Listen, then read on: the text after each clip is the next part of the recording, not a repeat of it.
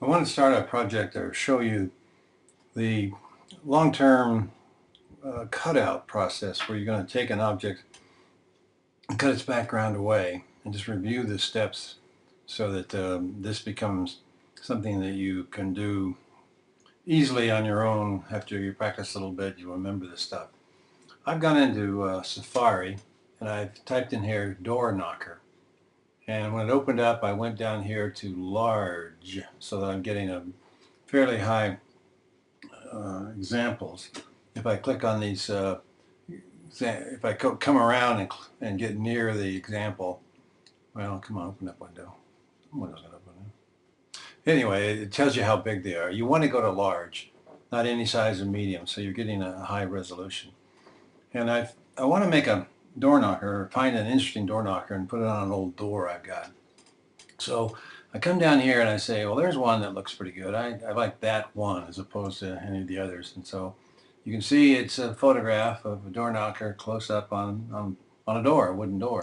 So I click on that twice, click, click, and it opens up and it tells me it's opening. And up here in the upper right corner, I can see it says full size, 4 times the image I see right now. And so that's going to give me fairly large size, 768 pixels by 1024 pixels. So click on that full size, click, click, and it opens to a larger image. Now to get that image onto your desktop, you're going to hold down on the Apple keyboard or Mac keyboard the control key, which is the third key from the left of the space bar on the PC. Hold that down and click on it once, and then find Save Image As. Let go of the Control key and click on that. And it wants to name it. I'm just going to leave it as the name it has, door knocker. Or maybe you have several door knockers you're going to try, so I'm going to put an _1. And it's going to go to the desktop as opposed to any place else. I could send it to a file, I could send it to a number of places, but to the desktop, and hit save. Now over here it shows up on my desktop. I'm seeing past the Illustrator. It comes to here and stops, and there's my door knocker, and it's going to be a JPEG coming off of the the Safari and Google that I've gone through. All right, now I'm going to open that door knocker. I'm going to grab that and drag it over, and I'm going to dump it on Photoshop here in my dock, or you do that with your PC and open it up in Photoshop. So now you can see I'm in Photoshop, and the image is there. There's a couple of things I'm going to do to this image to prepare it for getting to where I want it to be. The first thing I'm going to do is I'm going to come to Image up here in the top menu and slide down to Image Size. And when that opens up, it's going to give me document size. It's in inches. If it's not in inches, then go here and find inches away from anything else.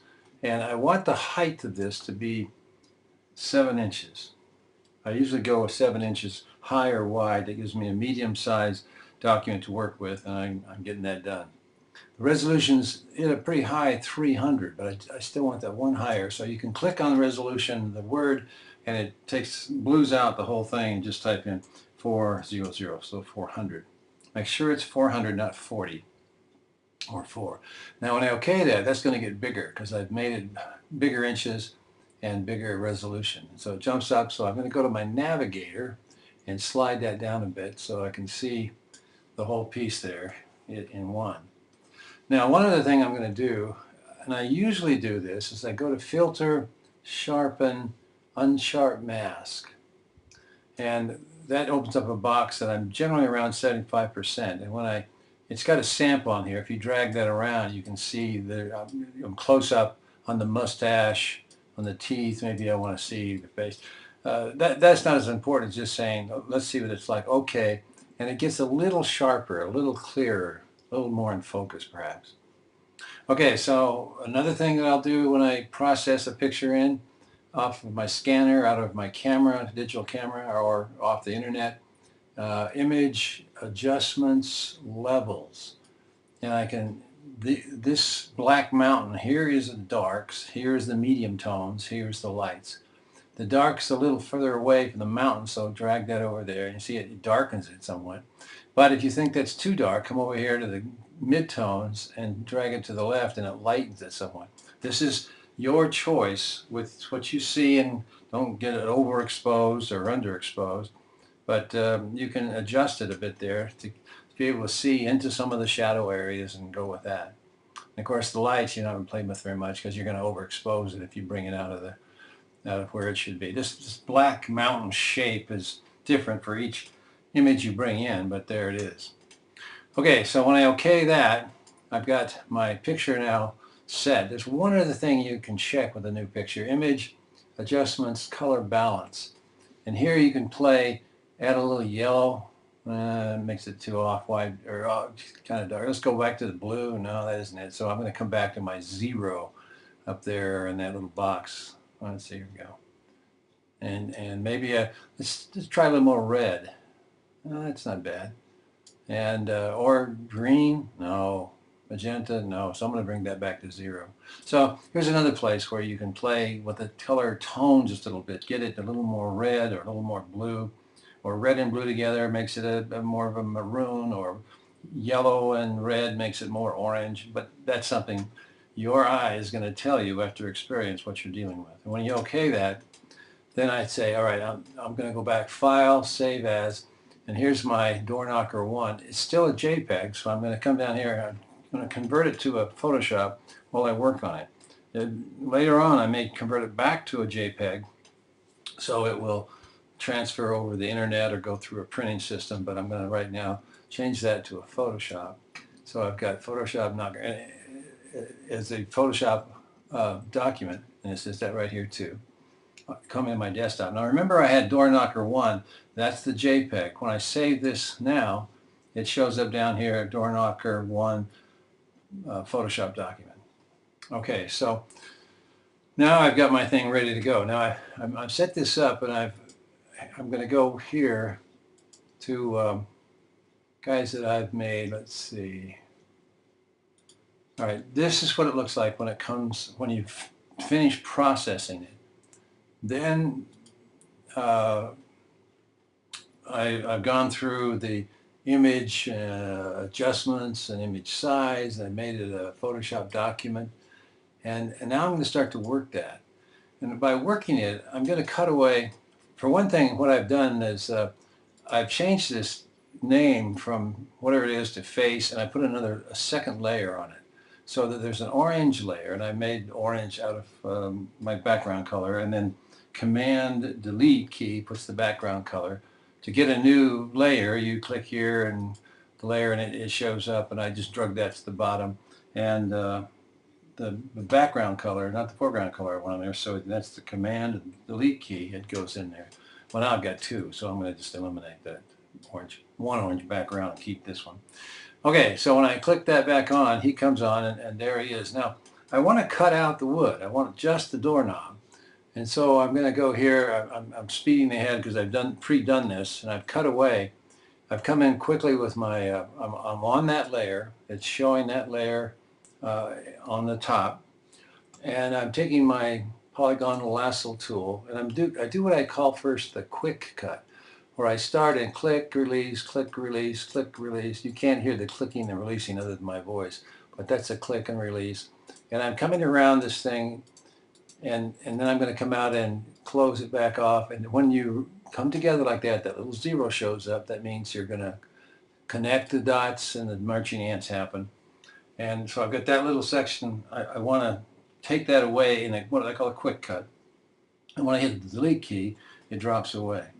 If I click with my tool inside here, it also takes away the marching ants. Or you could also hit Command key, the right key on the key just to the left of the space bar, and the D key, D is in David, and that also sends that away. So I quick cut these as I go around because I want to get away most of the wood, and I'm going to come back later on and cut it. See where that comes together and the little 0 shows up? If you're not quite sure where that is, get it close and then click twice. Click, click, and it will jump the gap. hit the delete key, and that comes together. Even on the inside, there's this little beard and detail hanging around in here, and there's the round thing that is the metal that it clamps on. Now watch when I come back together here, the 0 shows up, and I hit the delete key. Now what I've got here then is I've got this quick cut so that I can go back later now and click with, well, let's see, when I do this to now finish the cutting, I'm going to take my magnifying tool and I'm just going to put that on there and move my mouse and get really close to it so I can see what I'm doing. And then I'm going to take little bits and cuts of this thing. I'm going to start out here, high out with the start, and come close in and follow the edge around. Click and release, click and release, click and release, click and release. And in some places there's little metal pedals or something around there. I'm going to just sort of clip those around and make it a little smoother. I'm not going to go around each one. I'm not sure if that's part of the metal or paint or whatever. But I'm going around the outside edge and as best I can determine, clean that up. When I get a certain distance, I'm not going to go very far until I come back out and close up on this. The little 0 shows up. Marching ants, hit delete. And just move my way all the way around this shape. Close up, I'm going to back it off though, but I'm going to show you that I'm going around here close up. And I get the, see I've done this side here and I've taken that out. You have to interpolate a few places, like under the ear, it's kind of dark under there. You see how I've cut that away? And some places where there's other little metal pieces that's part of the design. So I've cut close around this ear and around this side, and in the rest of it's the quick cut, and then eventually I'm going to go all the way around it until the whole thing is cut out. And I've also taken my move tool, and with my show transform controls on, I can move that around and put it more center in my rectangle. It was a little tight to the bottom here, so I just moved that up a little bit. Or you can at some point, if you need to, reduce it. Come up to the corner where you get 3 kinds of arrows, up and down, right and left, or curve. Now this curves it. I don't want to curve it, and it rotates on that axis point, which you can move, and then it'll rotate from there. I'm going to go Command Z and go back to normal. Or if I want to go further back than that, I have to go to my history and go back to open before I moved it. Well, let's see, it's there now. I'll say don't apply, and I'm back to square. All right, but you can move it, you can rotate it, or you can come here and get the diagonal, hold down the Shift and the Option key, and it will reduce on itself to the center. And it depends on how big you want to work and what you're going to see with it. Well, that's what I want to have. The object now with the background cut out. Now the background here is this orange, and see I can turn the orange background on and off, or I can turn the face on and off. And I can do more things with that if I want to continue and put other layers on it. But I'll put him back here and say there. Now one other trick I'm going to do is on the door knocker face, I'm going to put down here with the effects of the filters, I'm going to go to outer glow. And with the outer glow, I've chosen a darker brown or orange color. And okay, you click on that little guy right there, and it opens up your color picker. And then you can pick, I'm taking the darker brown to be matched with where it's going to end up on a piece of wood. When I okay that, then I've also gone to the blend mode, and it might be something else. I go way back up to the top, normal, and a bit of spread here, and then the size. Now the size, you can see, indicates how big that glow is going to be. I want it to be almost like a shadow. There is a drop shadow I could use. I could go up here and show you a drop shadow. The light's coming from the upper right. I'm going to make it come from the upper left, and the distance. Oh, the shadow is a black for now, or I could make that brown. The spread and then the size. Now, in order to do that, I'm going to turn off the outer glow, and then I see the shadow. And the shadow, the light is coming from one source. The outer glow sort of glows all the way around. There's the drop shadow. Turning that off. Here's the outer glow I've made, and it kind of goes all the way around. I can make the outer glow white or a pink or a brown or whatever suits my needs here. Now, with that, I want to go to cut out an old door. And here's this old door, and it needs some work too. I'm going to clean up the edges and around, and that's something we'll pick up on later on. But here's this old door that I want to put the knocker on. And so here it is, the door. I've cleaned the door, straightened it up, and I've actually put the knocker on the door. And the way you do that is you go back to the door knocker here, and it's got, even with the effects I've got on there, and I have that layer selected. I take my magic wand tool and I click in the negative space around the doorknob. And you see the negative space is picked up by the marching ants. I need the space inside here as well, the negative space. Two ways to do that. One of the best ways is to go to up here to select and say similar.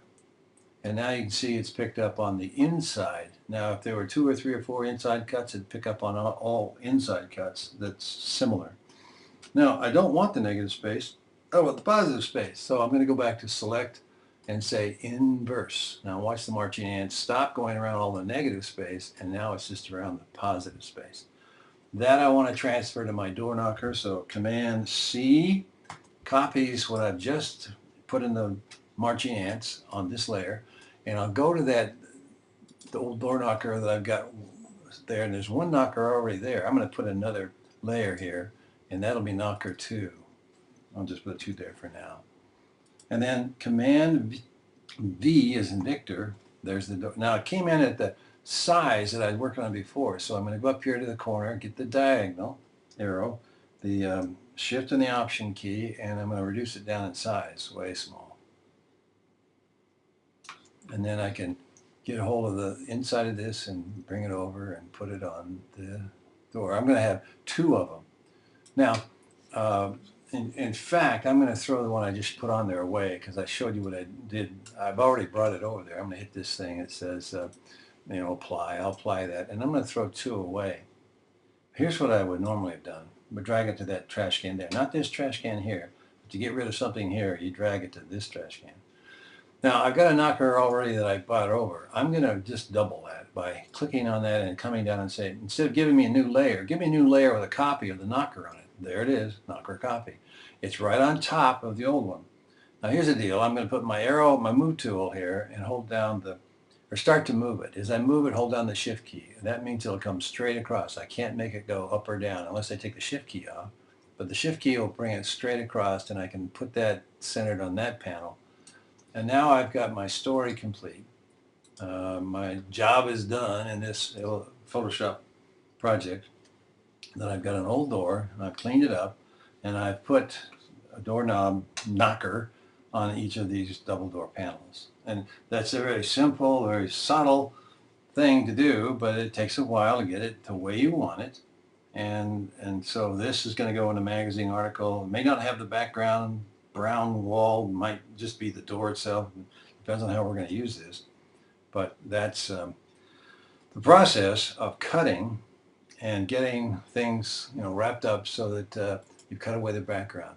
Let me remind you that when you're in your cutting tool, make sure you check the feather up here in the top and make sure it's a 1 space px. That's 1 pixel, so that your edge is a tiny bit fuzzy. If you make it 0, it's really a sharp edge, and that looks sort of phony, because if you look at a photograph carefully, there aren't any really sharp, clean edges.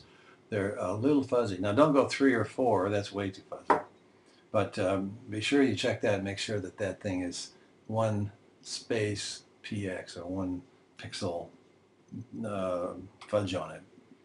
So that's a simple thing, but it takes a while to go through and memorize your techniques so that you can do this. We're going to cut out a lot of stuff. We're going to move a lot of stuff. We're going to go up and say select similar and inverse that. So remember these tools and techniques as you go through and continue the process of cutting, where your little polygonal lasso tool is click and release, click and release, click and release, click and release, as you circle or go in and out of or surround a space that you're going to actually cut away.